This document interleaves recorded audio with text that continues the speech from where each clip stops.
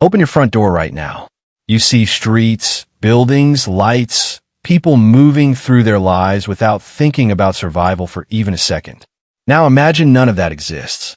No shops, no electricity, no safety, no system protecting you at all. No guarantee that you eat tomorrow or even find anything to eat again. Just silence, forest, wind, and the constant feeling that something stronger is watching you from somewhere you cannot see. This is the world your ancestors lived in. And in that world, hunting was not a sport, not a tradition, not even a skill in the modern sense of the word. It was a gamble with death itself. Roughly 300,000 years ago, early humans were not the dominant predators of the earth. They were not fast, not strong, not built with claws or teeth designed for killing other animals. Compared to almost every large animal around them, they were physically weak in almost every way that mattered. A lion could kill in seconds without hesitation. A hyena could crush bone as if it were nothing at all. Even a wild boar could tear through flesh before a human could react properly. And yet humans hunted anyway, because something changed inside them, not their bodies, but their minds and the way they interpreted survival itself. The earliest hunts were not organized systems of strategy. They were desperate attempts to avoid starvation in environments that gave no second chances.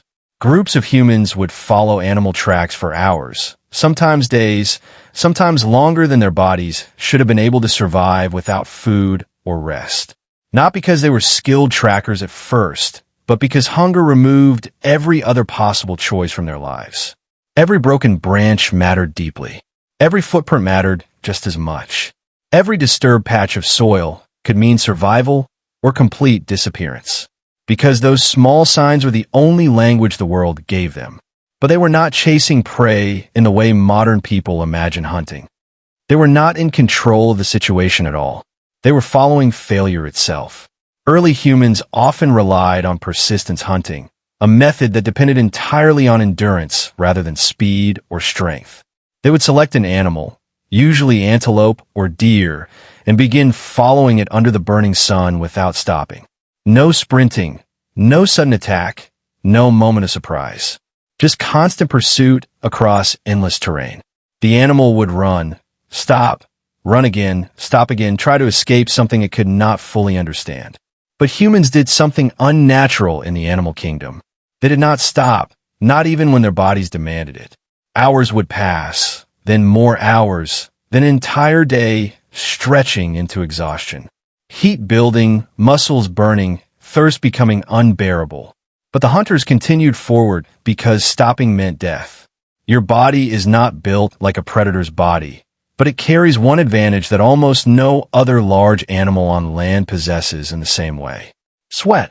While other animals overheat quickly under continuous movement, humans are able to cool themselves continuously while still moving forward. So early hunters slowly pushed prey beyond the limits of its own biology, not through force, but through relentless exhaustion over time. The body of the prey would begin to fail internally, not from injury, but from overheating, dehydration, and collapse of physical systems. And when the animal finally stopped moving, it was not a battle anymore. It was simply over. But this method of hunting carried no safety at all, because between the first step of pursuit and the final collapse of the animal, the environment could shift at any moment. A wrong turn into unfamiliar terrain could end everything instantly. A broken trail could erase hours of effort in seconds. A sudden encounter with a predator that does not experience fatigue could turn hunters into prey. In those moments, early humans were not dominant at all. They were exposed, fragile, and completely dependent on luck and awareness. And many of them never returned from those hunts at all. As humans developed tools over time, hunting began to change its form completely. Stone flakes became sharper, more controlled, more intentional. Spears became longer, more precise, more effective at creating distance between life and death. And slowly, survival stopped relying only on physical endurance. It started relying on planning. Hunting became strategy instead of raw pursuit. Groups of humans began coordinating ambushes in ways that required silent understanding rather than spoken communication. One group would move through open terrain, guiding animals forward without panic or noise. Another group would wait in hidden positions, ready for exact timing that had to be understood without words. No chaos, no confusion, no randomness in movement. Only timing, coordination, and control behavior across multiple people at once. Hunting was becoming intelligence rather than instinct. And to function inside that system, the human mind had to evolve beyond individual thinking entirely. You had to think like a network of awareness spread across multiple bodies.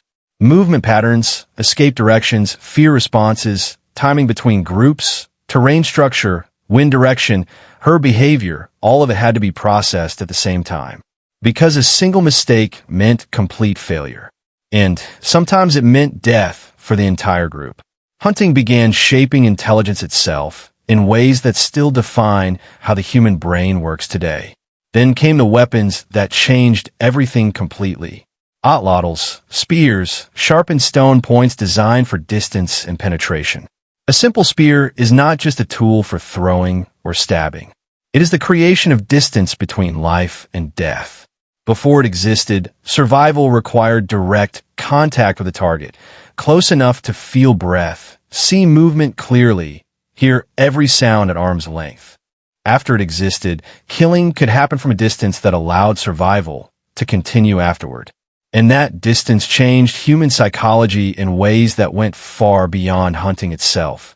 Because killing stopped being a physical struggle between two living bodies. It became a decision made before contact ever happened. But hunting was never clean or predictable. Animals did not always die instantly when struck. There were failures, missed throws, injuries that turned a simple kill into a long pursuit through dangerous terrain. And early humans had to follow wounded animals through forests, waiting for collapse or exhaustion to finish what they had started. The forest itself became a space of constant uncertainty. Every sound mattered deeply. Every broken branch carried meaning. Every moment of silence could hide something dangerous waiting nearby. Even today, traces of that survival system remain inside you without you realizing it. The way you scan environments automatically without thinking about it. The way sudden silence feels uncomfortable for no clear reason. The way your body reacts before your thoughts fully understand what is happening. These are not modern habits at all.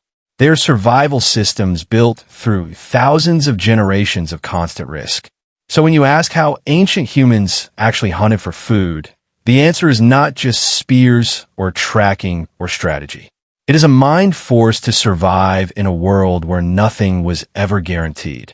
A mind shaped by hunger, pressure, risk, and constant uncertainty. A mind that still exists inside you. Still searching, still tracking, still following patterns, even when there is nothing to chase anymore.